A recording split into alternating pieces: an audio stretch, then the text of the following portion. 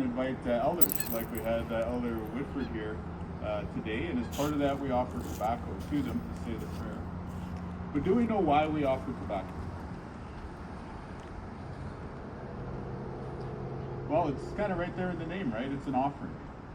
In many traditional indigenous cultures, tobacco is viewed as a sacrament.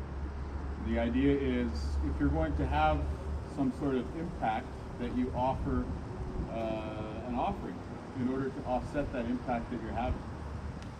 In the case of Elder Whitford, we're having an impact of taking up part of her day. And so we want to be able to show that we value and honor that. In traditional culture, if you go into the bush and you pick sage or cedar, or maybe you drop a tree, the same idea is there. Offer tobacco to make good on the impact that you're having on the environment.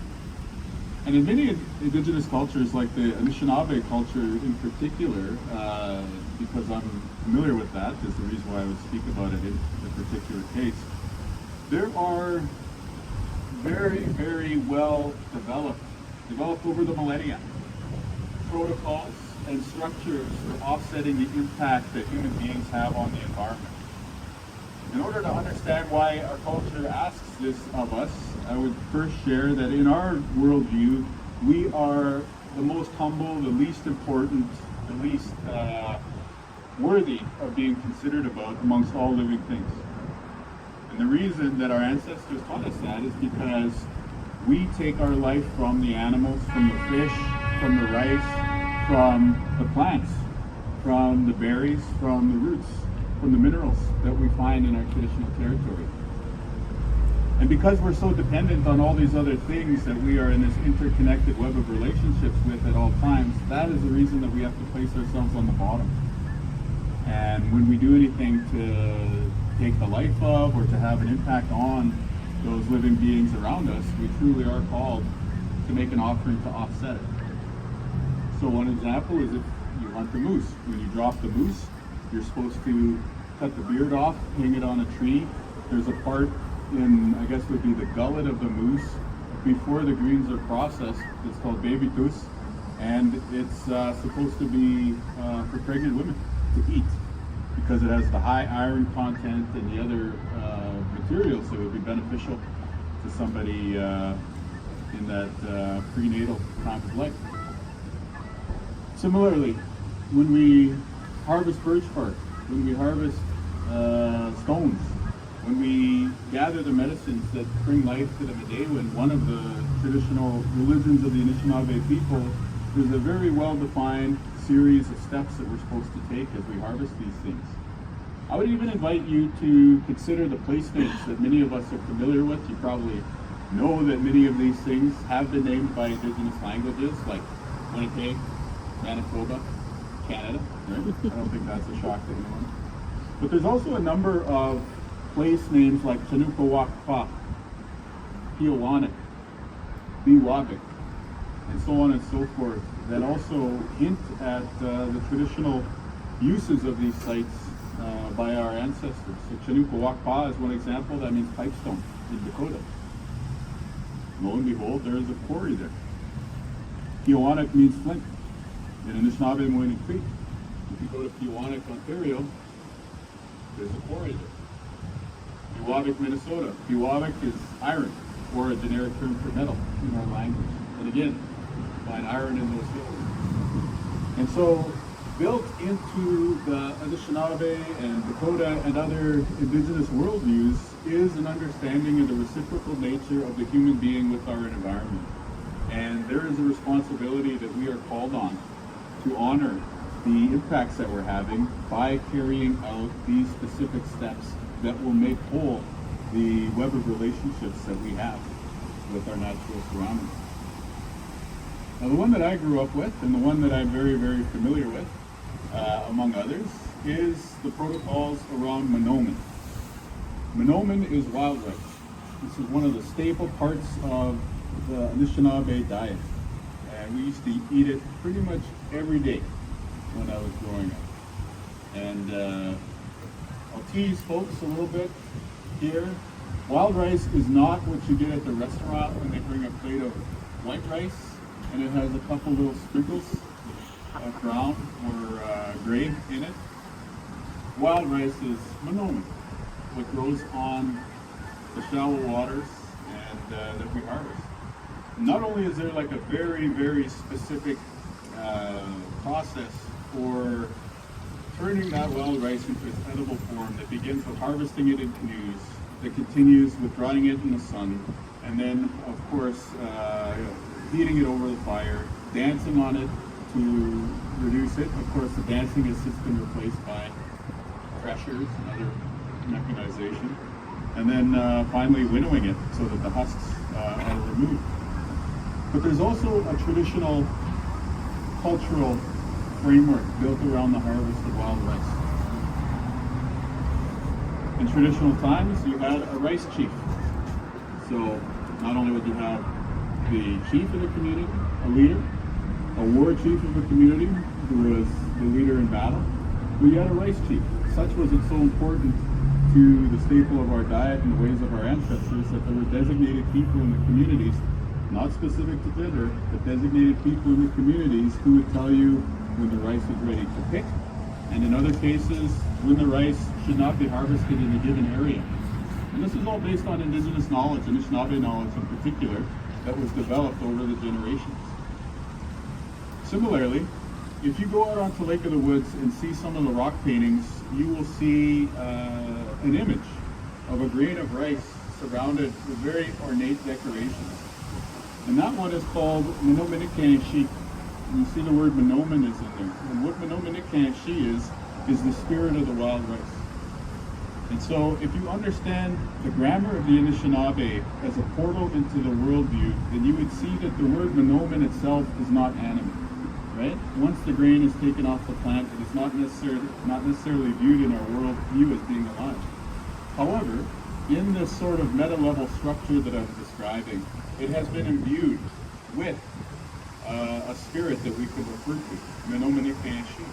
And so when we offer the tobacco into the water, when we have the feast at the end of the harvest with the community and we share that with everybody, it's this spirit that we're acknowledging.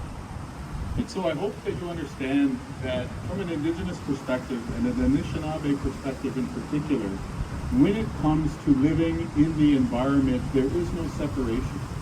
All of the activities that we have are going to have an impact.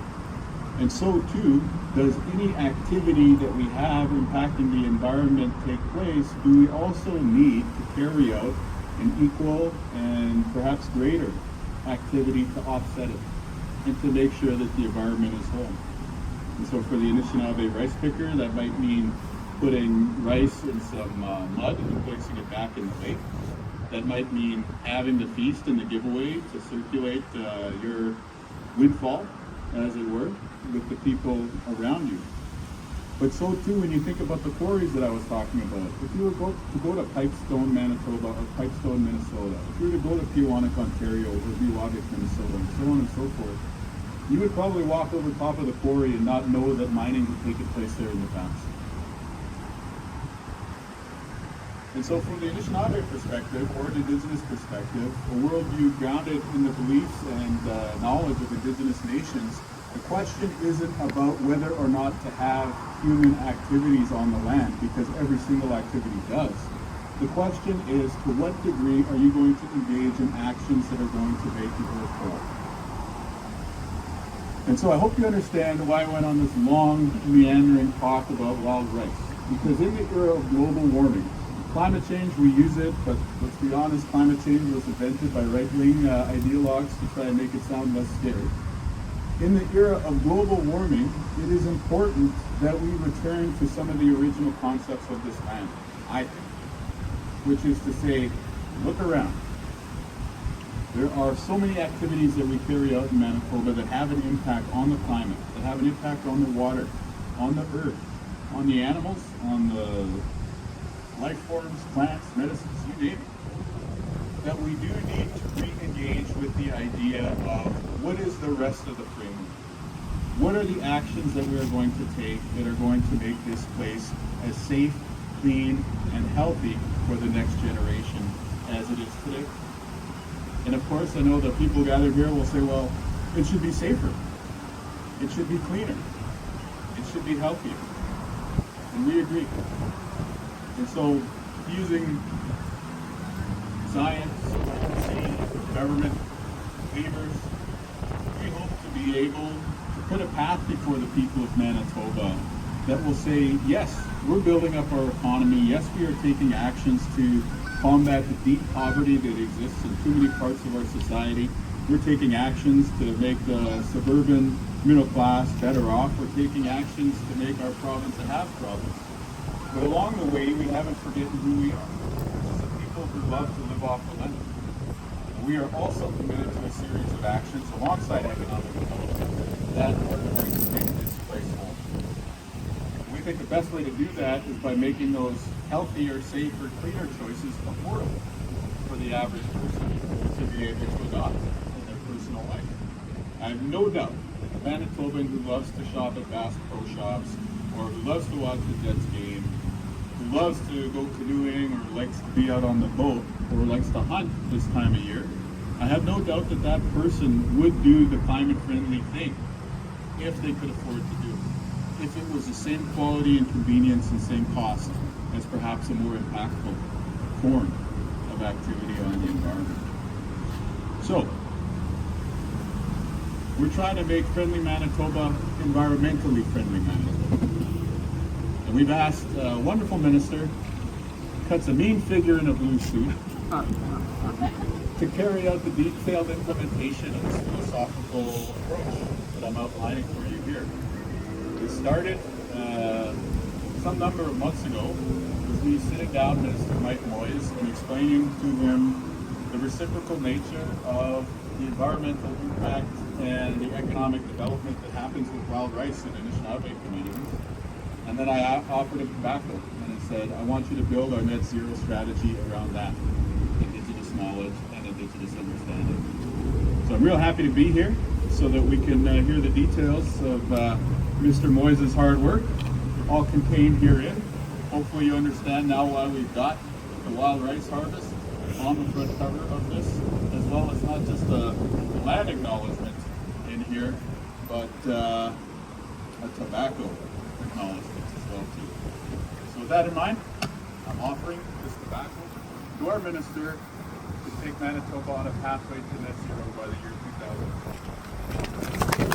2000.